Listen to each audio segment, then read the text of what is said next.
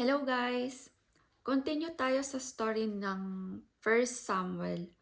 This time, nasa chapter 5 na tayo nung naagaw ng mga Filisteo ang kahon ng kasunduan. So, basahin natin ang 1 Samuel 5:1-12. Nang maagaw ng mga Filisteo ang kahon ng Diyos, dinala nila ito mula sa Ebenezer, papunta sa Ashdod. Pagkatapos, dinala nila ito sa templo ng kanilang Diyos-Diyosa na si Dagon at itinabi rito. Kinaumagahan, nakita ng mga taga-Ashdod ang rebulto ni Dagon na nakasubsob na sa harap ng kahon ng Panginoon. Itinayo nila ito at ibinalik sa dating posisyon. Pero kinaumagahan, nakita ulit nila na nakasubsob ang rebulto sa harap ng kahon ng Panginoon. Ang ulo at ang dalawang kamay nito ay putol na at nakakalat sa bandang pintuan. Katawan lang nito ang natirang buo. Kaya hanggang ngayon ang mga pari ni Dagon at ang mga pumapasok sa templo niya roon sa Ashdod ay hindi na tumatapak sa bandang pintuan. Pinarusahan ng matindi ng Panginoon ang mga taga-Ashdod at mga nakaratig lugar nito. Binigyan sila ng Panginoon ng mga tumor bilang parusa sa kanila. Nang makita ng mga taga-Ashdod ang nangyari, sinabi nila, "Hindi dapat manatili sa atin ang kahon ng Diyos ng Israel dahil pinarurusahan niya tayo at si Dagon na ating Diyos." Kaya ipinatawag nila ang lahat ng pinuno ng mga Filisteo at nagtanong, "Ano ang gagawin natin sa kahon ng Diyos ng Israel?" Sumagot sila, "Dalhin ito sa Gat." Kaya dinala nila ang kahon ng Diyos ng Israel sa Gat. Pero nang dumating ito roon, pinarusahan din ng Panginoon ang mga tao sa lungsod na iyon. Labis na nagkagulo ang buong bayan dahil binigyan din sila ng Panginoon ng mga tumor, bata man o matanda. Dahil doon, ipinadala nila ang kahon ng Diyos sa Ekron. Habang padating pa lang sila roon, nagrereklamo na ang mga mamamayan ng Ekron. Sinabi nila, "Dinala nila rito ang kahon ng Diyos ng Israel para patayin din tayong lahat." Kaya ipinatawag nila ang lahat ng pinuno ng mga Filisteo at sinabi, "Ilayo ninyo rito ang kahon ng Diyos ng Israel at ibalik ito sa kanyang lugar dahil kung hindi, mamamatay kaming lahat." Ito ang sinabi nila dahil nagsimula na ang matinding parusa ng Diyos sa kanilang lungsod. Nagkagulo ang lahat sa takot dahil marami na ang namatay. Nagkaroon din ng tumor ang mga natitirang buhay, abot hanggang langit ang pag-iyak nila dahil sa nangyari. So, kung babalikan natin sa chapter 4, mababasa natin na natalo ang mga Israelites dahil gusto nilang ipakita na gustong ipakita ng Diyos sa mga Israelites na hindi siya lucky charm. Na hindi siya yung Diyos na i-invoke mo lang kapag kailangan mo, pero kapag hindi mo na kailangan, nakatago or wala kang pakialam. So, kumbaga, hindi mo siya pwedeng i-take for granted. Actually, sa Proverbs 30 verse 15 nakasulat, "Ang mga taong sakim ay parang linta. Ang laging sinasabi ay bigyan mo ako." So dito, sinabi na ang mga ganitong klase ng tao na hingi lang ng hingi ay parang linta. Kasi ang linta ay isang parasite, no? They don't produce. They are unproductive. And sa previous Bible study natin, sinabi ni Jesus na ang alipin na walang silbi ay itatapon sa kadiliman. It means sa impyerno mapupunta, no? And kung babasahin natin ang Matthew 3, 8-10,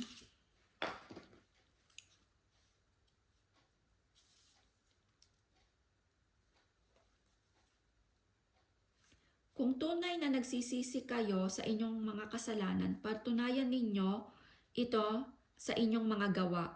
Huwag ninyong isipin na hindi kayo mapaparusahan dahil mula kayo sa lahi ni Abraham. Tandaan ninyo, kahit ang mga batong ito'y magagawa ng Diyos maging mga anak ni Abraham. Tandaan ninyo, ngayon pa lang ay nakaamba na ang palakol para putulin ang mga puno. Ang mga punong hindi namumunga ng mabuting bunga ay puputulin at itatapon sa apoy. Kaya ang mga Kristiyanong hinilang ng hingi sa Panginoon pero wala namang ginagawa for God ay hindi kalugod-lugod sa Diyos. And dito sa story makikita kung paano ipinahiya ng Diyos ang mga Israelites sa harap ng kaaway. Ipinakita ng Diyos sa kanila na hindi siya kampe sa mga Israelites dahil nga ganun yung kanilang pag-uugali, no? And ipinakita rin ng Diyos na hindi siya yung Diyos na pwedeng diktahan or gawing sunod-sunuran sa mga desisyon nila. And ayun nga, kung isipin natin, maraming mga Kristiyano na nagde-decide din ayon sa sarili nilang will. Na sometimes pag yung sobrang gusto nila, yung will na yon is iniisip nila na sang-ayon din ang Diyos. Kaya kapag hindi okay yung naging result, Diyos ang sinisisi. Kung babasahin natin ang Isaiah 55, 8-9.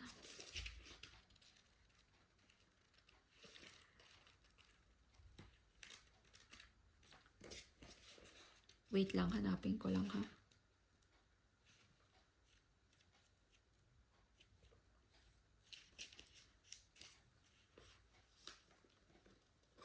Sinabi ng Panginoon, ang pag-iisip ko ay hindi katulad ng pag-iisip ninyo, at ang pamamaraan ko ay hindi katulad ng pamamaraan ninyo. Kung gaano kalayo ang langit sa lupa, ganon din kalayo ang aking pamamaraan at pag-iisip kaysa sa inyo. Kaya, kumbaga napaka-importante ng prayer para i-guide tayo, and sometimes yung answer is hindi natin gusto, pero need nating magtiwala sa Diyos. Sa verse 5, ipinakita ng Diyos sa mga Filisteo na siya ang Diyos na makapangyarihan. In the first place, alam nila kung sino yung Diyos ng mga Israel, di ba? Alam nila yung storya sa Egypt about sa 10 salot na nangyari dun sa Egypt. And takot sila dahil alam nila na makapangyarihan yung Diyos ng Israel. Pero ayun nga, nagkaroon pa rin sila ng guts na kunin ang kahon ng kasunduan. And kung nahawakan man nila ito ay dahil ipinahintulot ng Diyos. Kasi nga 'di ba, hindi mo naman pwedeng basta-basta hahawakan. Hindi mo pwedeng hawakan yung kahon ng kasunduan. Kung hindi, mamamatay ka. Kasi nga ganong kasakro ang kahon ng kasunduan. And so kung nakuha man nila to, pinahintulutan yun ng Diyos. And pinahintulutan ng Diyos dahil merong plano ang Diyos. Ito ay ang ipakita sa mga Filisteo na siya ang Diyos na makapangyarihan. So, sa verse 12, sa verse 2, kung babasahin natin, pagkatapos dinala nila ito sa templo ng kanilang Diyos-Diyosa na si Dagon at itinabi rito. So, imagine niyo yung sitwasyon. Dala-dala nila yung kahon ng kasunduan. And imagine niyo kung gaano sila ka-proud dahil nakuha nila yung kahon na na kinakatakutan ng maraming kaaway, ng maraming ibang kaaway, di ba? So, kasi nga, that time, balita sa maraming bansa ang about sa kahon ng kasunduan. So, para sa kanila, isa itong trophy. Kaya, dinala nila ito sa templo ni Dagon. Kumbaga, inalay nila ang kahon ng kasunduan sa kanilang Diyos na si Dagon bilang pasasalamat dahil ipinapanalo sila ni Dagon sa war. Kumbaga, ayun yung utak nila, no? And actually, kumbaga, dito, yung action nila na yon is malinaw na para sa kanila, mas malakas at mas makapangyarihan si Dagon kesa sa Diyos ng Israel. And actually, si Dagon, pinakita ko sa sa Bible study natin sa group chat yung itsura ni Dagon. Ano siya, half fish tapos half man. And sinasabi na itong si Dagon, tatay siya ni Baal. So kung mababasa natin sa Bible, si Baal, ayun yung mga sinamba din ng mga Israelites. So ayun, kumbaga si Dagon, siya yung tatay ni Baal. And sa verse 3 and 4, mababasa natin yung kinaumagahan nakita ng mga taga-Ashdod ang rebulto ni Dagon na nakasubsob sa harap ng kahon ng Panginoon. Itinayo nila ito at ibinalik sa dating posisyon. So dito ipinakita ng Diyos na nagkakamali sila. Mali ang paniniwala nila. Kaya nung kinaumagahan na nakita nilang nakasubsob si Dagon sa harap ng kahon ng kasunduan, ipinakita ng Diyos sa kanila na si Dagon ang luluhod sa kanya dahil siya ang Diyos at siya ang makapangyarihan. And since na ang mga Philistine ay naniniwala sa superstition, kasi nga 'di ba mga pagan sila, so marami silang pinaniniwalaan na Diyos-Diyosan. And actually kung mapapansin nyo, ito yung mga bansa katulad ng Korea, ng Japan, mahilig, naniniwala sila sa superstition. Kasi nga 'di ba may mga Diyos-Diyosan sila. So, ayun, marami silang superstition. So, kumbaga, dito, since na marami silang pinapaniwala ang superstition, ang Diyos nagsalita sa kanila in a way na maiintindihan nila.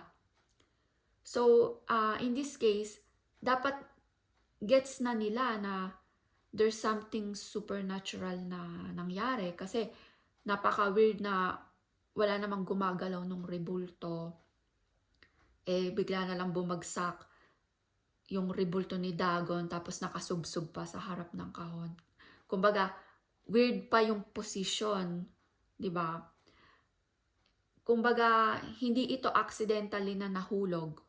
So, isa na itong sign na since na sila ay superstitious sila, sign na yon, 'di ba? Dapat napansin na nila. Pero kumbaga, pinawalang bahala nila. Yung kumbaga, hindi nila ito pinansin.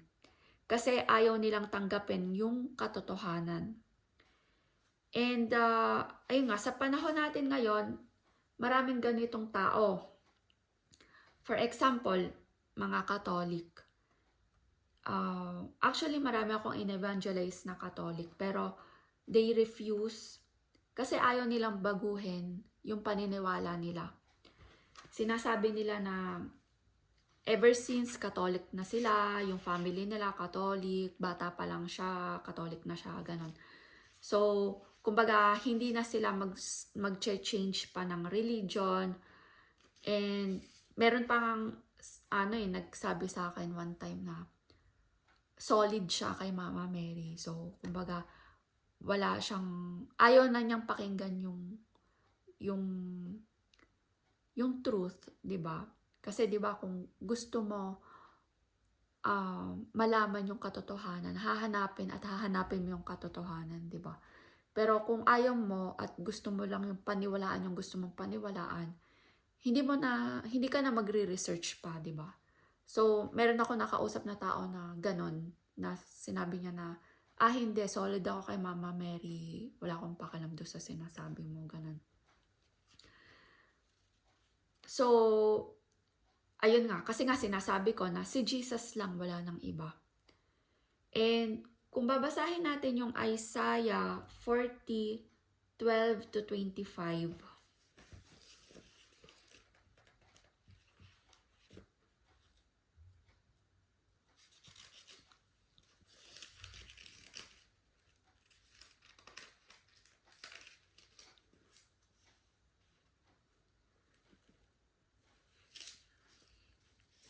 wait lang.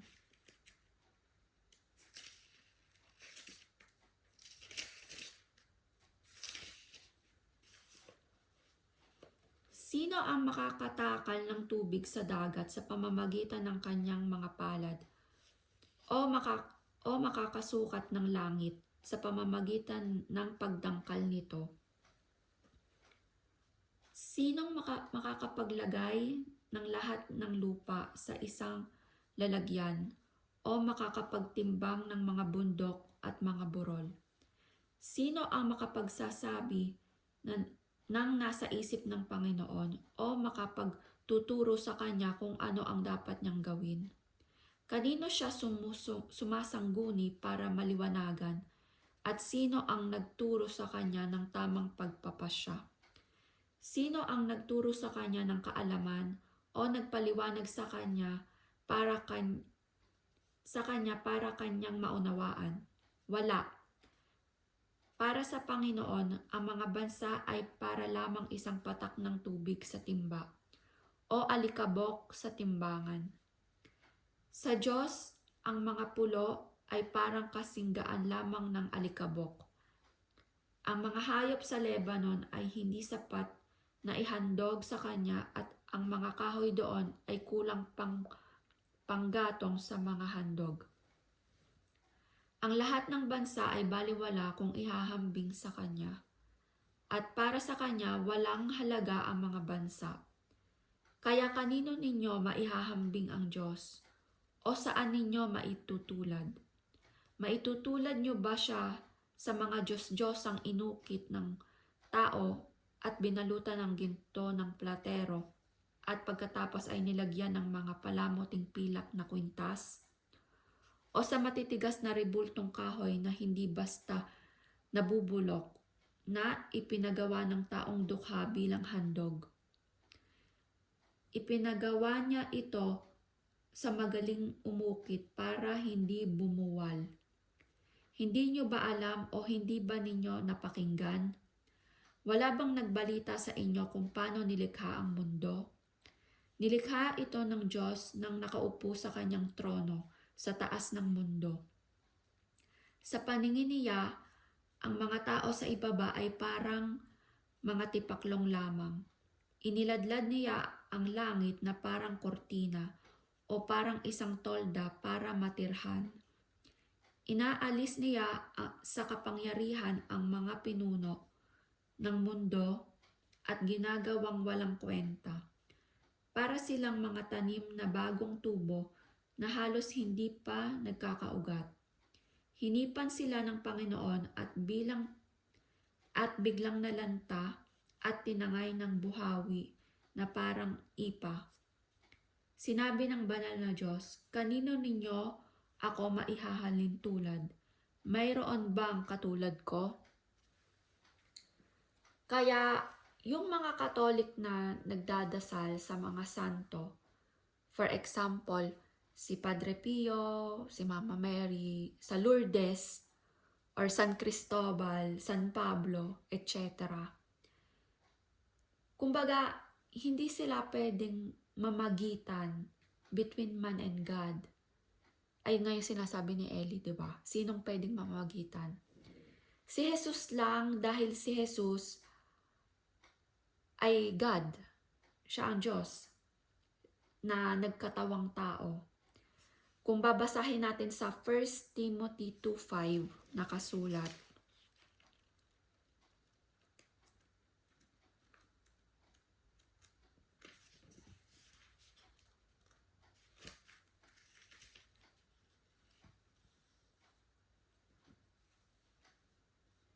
Sapagkat iisa lang ang Diyos at iisa lang ang tagapamagitan sa Diyos at sa mga tao. Ito'y walang iba kundi ang taong si Kristo Jesus. So, si Jesus lang ang pwedeng mamagitan between man and God. And sa John 1:1, kung babasahin natin,